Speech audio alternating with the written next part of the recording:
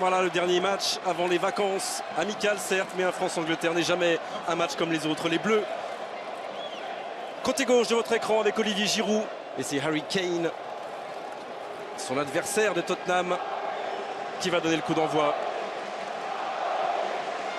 pour les Trois Lions. Lemar, il est perdu, celui-ci trop rapidement récupéré par Dyer, et un petit peu d'espace devant Dele Alli, qui va aller chercher justement Raheem Sterling dans le dos de Raphaël Varane. Sterling dans la phase de réparation française avec Sidibé, avec cette montée du latéral et l'ouverture du score pour Harry Kane. 9e minute, première occasion pour la sélection anglaise et ouverture du score pour l'homme qui marque but sur but en cette fin de printemps, le buteur de Tottenham. L'Angleterre mène 1-0, Harry Kane. Pogba se multiplie, mais pour l'instant il n'a pas encore eu le geste décisif. Hors-jeu pour Olivier Giroud. Il dit non, l'homme qui marque autant qu'Harry Kane en ce moment, mais le drapeau s'était levé. Le geste était magnifique, mais je pense qu'il est... On va voir s'il est en position de hors-jeu. Oui. C'est Pogba qui touche beaucoup de ballons. Et celui-ci est intéressant, parce que Kylian Mbappé est lancé. Pas de hors-jeu. Et le cadre que n'arrive pas à prendre Ousmane Dembélé. C'est un peu précipité peut-être dans son geste.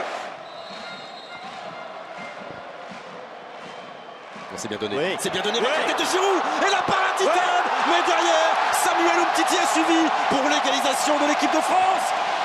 Voilà le but d'un défenseur. Voilà le premier but de Samuel Umtiti sous le maillot bleu. Et voilà le Stade de France qui reprend vie.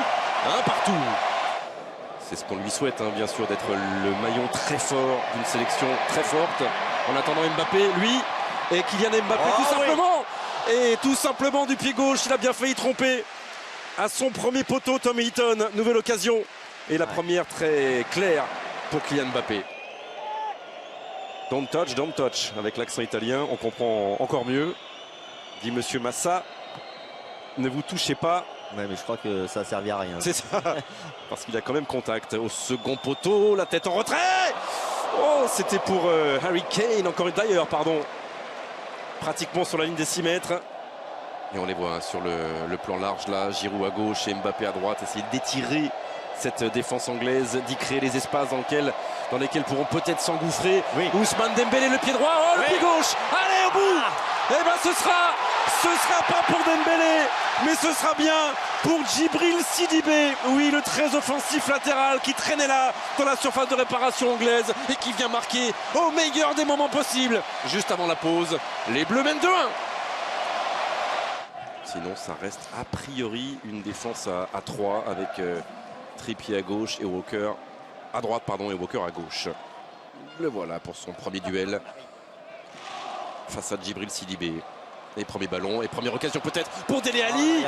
Oh, pénalty, oui, il a pris le temps de la décision, une petite seconde. Monsieur Massa est cueilli à froid après 37 secondes en seconde période. Les Bleus qui concèdent ce pénalty provoqué par Dele Alli. Après le pénalty, c'est aussi l'exclusion pour le défenseur du Real Madrid. Oui, c'est le règlement peut-être, mais c'est dans l'esprit très dur cette double peine d'un penalty certes, mais aussi d'une exclusion. Kane qui vient égaliser et inscrire un doublé égalisé pour l'équipe d'Angleterre d'entrer dans cette seconde période. Alors bien sûr il compte moins ce match, Vicente, mais est-ce qu'on se retrouve pas dans la situation que les Bleus ont un peu vécu, un partout en Suède dans les dernières minutes, dans la dernière demi-heure, essayer de ne pas le perdre ce match. Ouais, on est plus là-dessus. Quand on ne peut plus le gagner, c'est ça. Et par rapport à une impression de fin de saison qui serait compliquée. Et on peut faire mieux avec Kylian Mbappé. Oh, il y avait de la panique là dans cette défense anglaise et bonne sortie de Jack Butland. Et forcément, Olivier Giroud n'est plus là et il y a moins de présence à discours. Ça c'est bien joué. Allez, Kylian Mbappé. Oh la barre, il avait mis tout le monde par terre et encore. Et c'était peut-être pas terminé. Et derrière lui, il a Thomas Lemar qui centre fort. Oh, quelle occasion. Il fait le plus dur. 3 cm de l'ouverture du score de sa carrière en bleu, Kylian Mbappé.